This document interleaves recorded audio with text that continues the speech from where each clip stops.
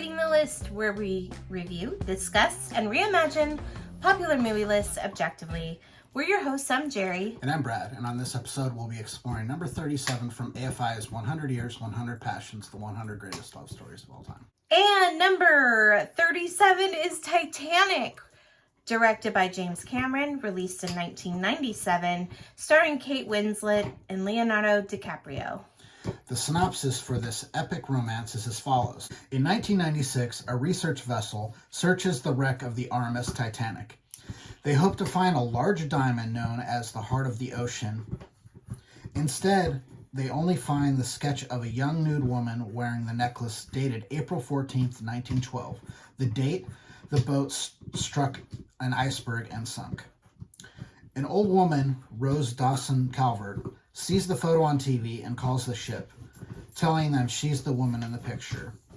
She is brought aboard the research vessel and recounts her events on the ill-fated 1912 voyage. Her real name is Rose DeWitt Bucator, played by Kate Winslet in 1912, and she was engaged to wealthy Cal Hockley. She and her widowed mother were aboard Titanic with him. The marriage is not one she wishes, but will resolve her family's financial problems and maintain their upper-class status. She meets Jack Dawson, played by Leonardo DiCaprio, a poor young artist who won his third-class ticket in a poker game. He saves Rose from jumping off the boat to escape her loveless engagement.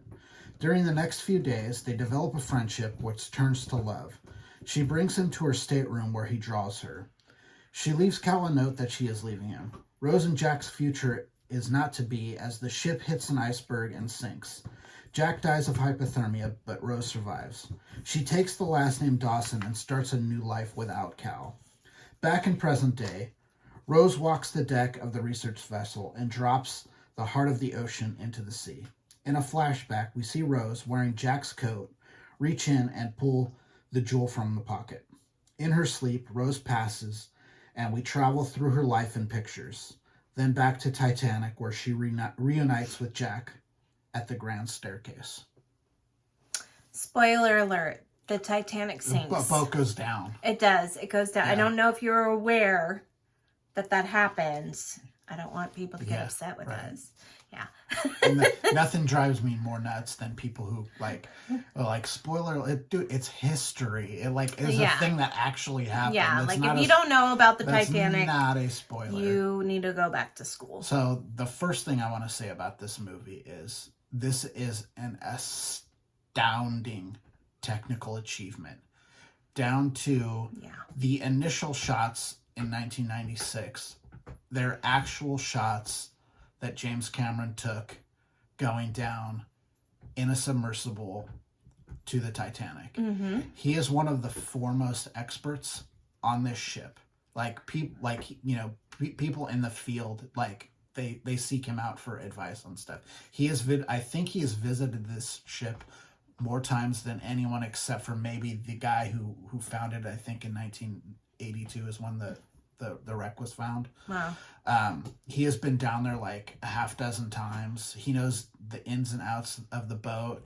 He was pretty instrumental in kind of cataloging the how the boat sank. It took him a while to figure out what actually happened with the boat and why the two pieces are so far apart. He was part of helping to figure that out using the special effects. You actually see some of it in the movie. I love that, how he describes it. Yeah, the guy. There's a guy on the modern day ship that is with the old lady Rose, and he's like, "Okay, here's what happens. The boat goes along, sideswipes the iceberg." I like making all this. She's like, "Yeah, I lived it. I was there." It was really funny. Like, "Oh yeah." The technical achievements of this are fantastic. Yeah. The special effects are now almost they're 25 years old now. They still hold up. They're really, really good. It looks amazing. It looks like the real thing. They built I think 3/4 of the boat in Mexico, like, and it basically to like keep sinking it over and over again, and to do shots like on board. There's a shot I was mentioning it to you where there's like a couple of kids like kicking a ball around. Like that's kind of based on history. There's an actual photo from the deck of the boat that they kind of recreated and then had like Rose and Jack walk through. The weaving of historical narrative and historical fiction really is flawless. is pretty flawless in this. Yeah. The history of what happens on the boat is pretty good. The actual sinking of the boat almost happens in real time on the screen. Just really, really incredible stuff. Very incredible. Is some of the dialogue a little cringy? Yeah. But you know what? Not only is it technically just phenomenal, the costumes on this movie and the whole about it. set design. It's set design. Just incredible. The dresses that Kate Winslet wears are just amazing. And I read somewhere, saw something that they're all vintage clothing. Everything about the production of this. Like if you see actual photos of Titanic versus what they put on there, it's flawless. There's a shot as the boat is taking off where they combine an actual newsreel piece of footage with James Cameron's special effects, and they like meld them together, and it's like it's really, really impressive. So let's get to the love story of the whole thing. It's actually a beautiful love story. She, classic, doesn't want to be marrying who she's marrying. She's a woman of the time, so she kind of has to do something to help her family. Right. So her dad has died. Her mom is like, we need money. Right. So, her mom is basically like counting on her to marry a rich guy so that they can keep their place in high society. There's a very, very good scene where Rose's mom is putting her corset on, and she's reiterating like how important it is for Rose not to screw this up because they need the money. Yeah, putting everything on your 17-year-old daughter it's a little much. Yeah, and then Jack, he's kind of like this free-spirited, low class kind of guy who wins his ticket onto the Titanic in a poker game or whatever they were playing. And he's just kind of like, I'm living life. This is a new adventure. I'm going back home, and they meet because she's about to throw herself over the boat because she's like, I can't do this. Yeah. And so they kind of,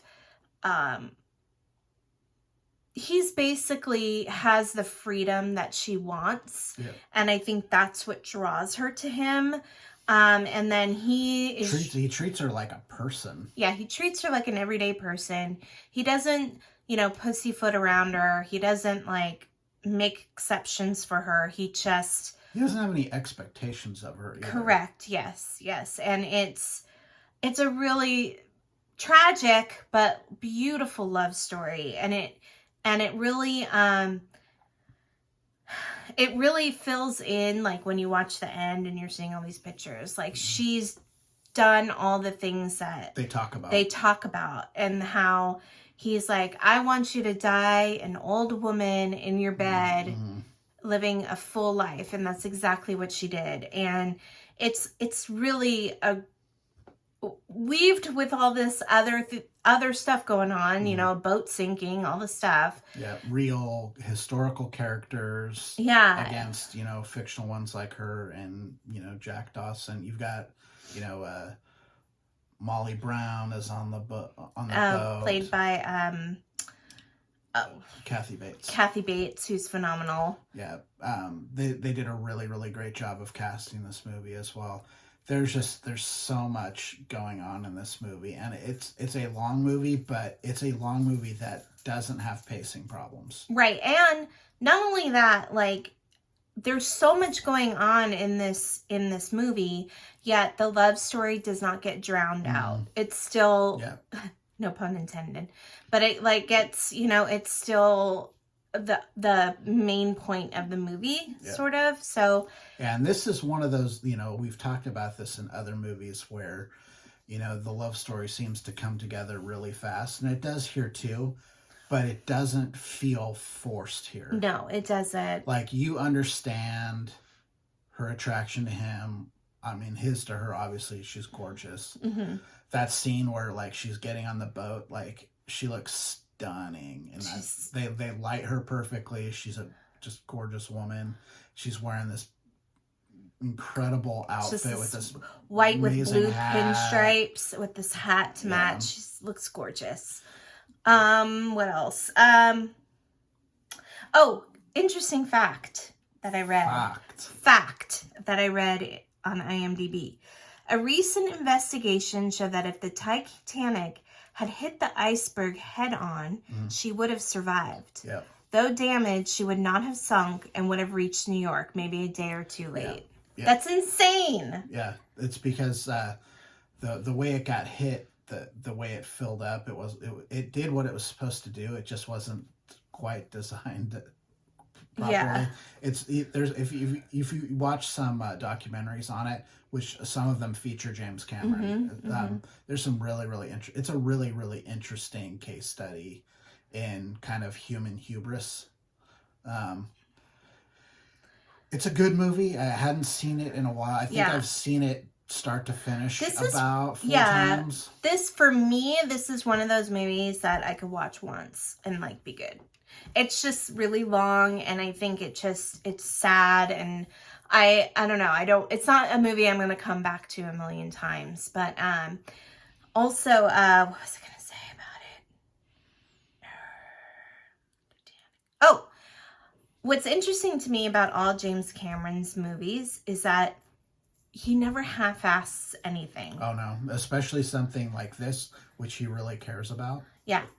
But does he care about it because he made a movie about it, or did he care about it before? He was interested in what was going on before that. And he essentially became an expert. Yeah. And then, made this movie. Yeah. It's really, really incredible. Even Avatar, like, I'm not going to go rush out and see the second one, but he didn't half-ass that movie, right? No, he never does. He never has. It's just kind of his aesthetic as a filmmaker. Yeah. I gave this one a 70. Jerry gave it a 69, so the list score is 69.5. All right. If you would like to talk about the Titanic, please do so in our comments.